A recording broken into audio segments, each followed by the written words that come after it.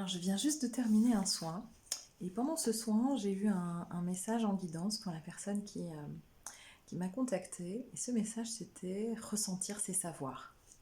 Donc, si la personne qui était en soin avec moi regarde cette vidéo, je l'embrasse très fort. Et puis, du coup, ça m'a donné envie de vous faire cette petite vidéo parce que déjà ce week-end, ça trottait un petit peu dans ma tête. C'est-à-dire que ce que me disait cette personne, c'est j'ai des sensations, je ressens des choses, mais je ne sais pas. Et je ne sais pas vraiment pour moi ce qui est bon, de ce qui ne l'est pas, ou je ne sais pas où je vais, en fait. Et ressentir ces savoirs, eh bien, je me suis dit qu'il y avait quelque chose là d'assez profond à vous transmettre, parce que ressentir, c'est savoir qui l'on est, en fait. C'est accepter de ressentir, accepter de recevoir ce qui se passe véritablement à l'intérieur de nous, dans cette première impulsion qui est ce que notre cœur nous dit, ce que notre cœur nous dicte. Eh bien, c'est là la vérité, c'est là où se trouve la vérité de qui l'on est. Et c'est cette première impulsion-là qui a besoin de laisser s'exprimer à travers nous. Vous voyez, ressentir ses savoirs, et cette phrase, elle m'a vraiment interpellée, fait chaud au cœur, parce que pendant longtemps, depuis que je suis petite en fait, je ressens énormément de choses, je ressens beaucoup de choses chez les autres ou dans l'environnement autour de moi. Et jusqu'à il n'y a pas si longtemps que ça, et bien pour moi c'était pas un don, puisque je pensais que tout le monde savait faire ça, de cette manière-là en tout cas. Et pour moi, ressentir, c'était une chose, mais c'était pas savoir. Savoir pour moi c'était avec des mots, avec des connaissances. Et la connaissance, en fait, elle est la vraie connaissance. Elle n'est qu'intuitive, elle n'est que sensationnelle, au sens de la sensation. Elle n'est que dans le ressenti. Et lorsque j'ai compris ça, ça a été un changement de cap profond pour moi. J'ai compris que je pouvais me faire confiance. Alors quand on dit ressentir, c'est savoir, c'est pas un savoir ou une vérité universelle. C'est un savoir qui vous appartient, qui vous est propre. Mais la connaissance, vous ne pouvez l'avoir que de vous-même au fur et à mesure de vos avancées, de votre progression. Donc j'avais envie de vous transmettre ce message-là, ressentir ses savoirs, se connecter à son cœur, ses savoirs. Ce qui génère de la joie chez vous, ce qui vous met en joie, ce qui vous soulève, ce qui vous transporte, quand vous avez une pensée, quand vous avez une idée, quelque chose qui vous traverse, et que cette pensée, cette personne, ce moment, cette situation, cette relation, peu importe ce que ça peut être, lorsque à l'intérieur de vous quelque chose se soulève de l'ordre de la joie, c'est votre corps qui vous exprime l'endroit juste. Après, c'est une question de est-ce que j'autorise ou pas à ce que cette pensée-là puisse prendre toute sa place jusqu'à émaner, rayonner de moi et se manifester dans la matière.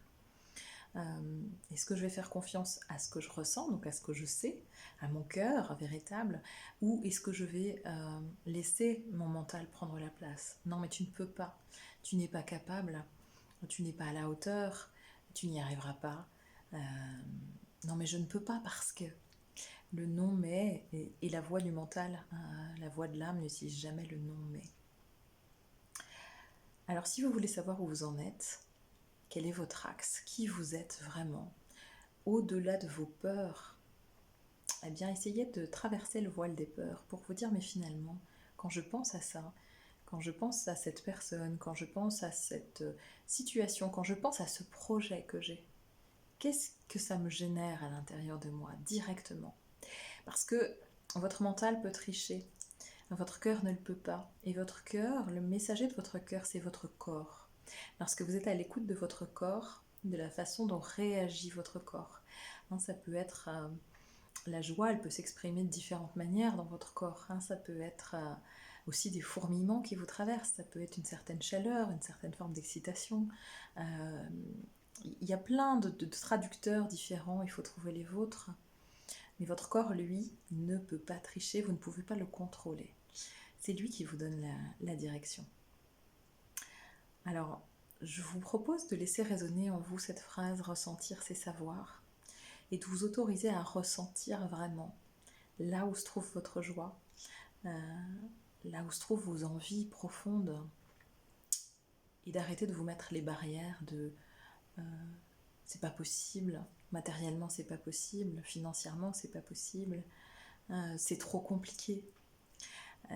Rien n'est compliqué à partir du moment où vous êtes profondément aligné avec votre cœur. Tout se met en place d'une manière extrêmement naturelle, encore faut-il être complètement aligné, cœur, corps, âme, esprit.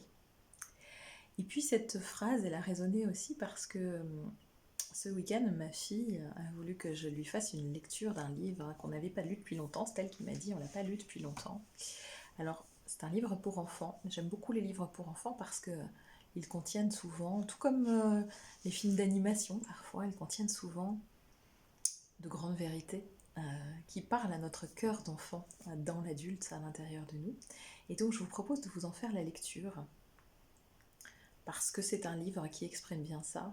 Ressentir, c'est savoir, savoir qui l'on est, savoir se choisir, savoir choisir la voie de son cœur pour être complètement vivant et vibrant à l'intérieur de nous. Et donc je vous propose cette lecture, c'est ce livre, Ce que j'aime vraiment. Peut-être certains d'entre vous le connaissez. Il est d'Astrid Desbordes et Pauline Martin. C'est l'histoire d'un petit garçon qui s'appelle Archibald. J'aime beaucoup les aventures d'Archibald, elles sont toujours très éclairantes. Ce matin, Archibald a raté son match. Suzanne, elle, l'a bien réussi. Le lendemain et les jours suivants, Archibald s'est entraîné. Mais ça n'a pas beaucoup changé. Un mercredi, Archibald s'est senti tout petit. « Je ne suis pas vraiment doué », a-t-il dit. Alors, sa maman l'a emmené se promener. Ils ont vu un bel oiseau blanc au bord de la rivière. Archibald et sa maman l'ont écouté chanter. « Est-ce que tu crois que cet oiseau n'est pas doué parce qu'il ne sait pas nager ?» a demandé sa maman. Un peu plus loin, sur une fleur, ils ont vu un papillon. Archibald et sa maman l'ont regardé s'envoler. « Est-ce que tu crois que ce papillon n'est pas doué parce qu'il ne sait pas chanter ?» a demandé sa maman. Et puis, à l'heure du goûter, ils sont allés sous un pommier. « Est-ce que tu crois que ce pommier n'est pas doué parce qu'il ne sait pas voler ?» a demandé la maman d'Archibald.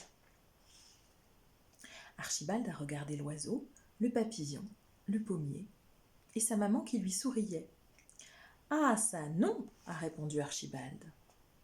« Eh bien, c'est pareil pour toi. Tu ne peux pas tout réussir. Mais si tu trouves ce que tu aimes vraiment, ce qui est important pour toi, tu le réussiras. » À la maison, Archibald a cherché ce qu'il aimait vraiment. Cuisiner, danser, viser, immobiliser, imaginer, réciter. À l'école, il a continué de chercher. Et un soir, il ne cherchait plus, mais il a trouvé. Alors je vous montre juste l'image pour voir ce qu'il a trouvé. Je ne sais pas si vous voyez bien, voilà à peu près. Archibald a expliqué ce qui était vraiment important pour lui.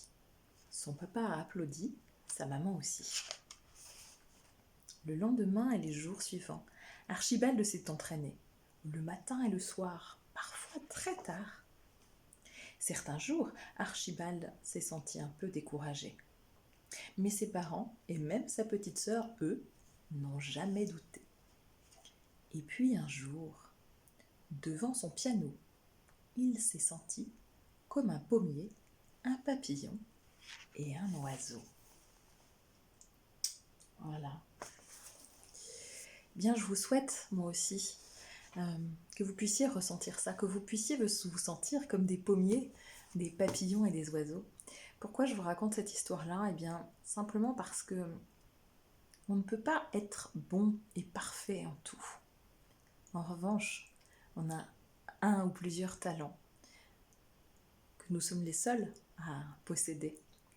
Nous sommes les seuls à pouvoir briller de cette manière-là, à apporter cette étincelle à soi et au monde de cette manière-là. Alors je vous invite à observer comment vous pouvez être des pommiers, des oiseaux. Je vous invite à sortir de vos peurs, à sortir des conventions, à sortir de l'ordre préétabli ou du consensus, à sortir de vos obligations, de vos contraintes, de ce que vous pensez être, de ce que vous pensez devoir faire, de ce que vous pensez être bien ou mal, de ce que vous pensez être juste ou pas, pour les autres surtout, parce que souvent on oublie d'être juste pour soi. Je vous invite à regarder à l'intérieur de vous, je vous invite à ressentir pour savoir, parce que ressentir c'est savoir. Et si vous allez regarder à l'intérieur de vous ce qui vibre vraiment, ce dont vous avez vraiment envie pour vous-même, pour vos relations, pour votre profession, pour votre vie sentimentale, pour votre vie personnelle, pour votre vie amicale. Qu'est-ce qui dit oui à l'intérieur de vous et qu'est-ce qui dit non? Qu'est-ce qui dit oui au-delà des peurs?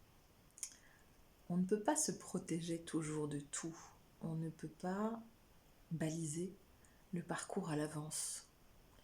On peut choisir en revanche de sauter dans sa propre liberté et d'en faire l'expérience. Alors oui, c'est un choix courageux, c'est un choix qui n'est pas sans embûches parfois, mais c'est un choix qui est vraiment libérateur, et pour l'âme, et pour la personne. Alors je vous souhaite de très très belles libérations. À bientôt.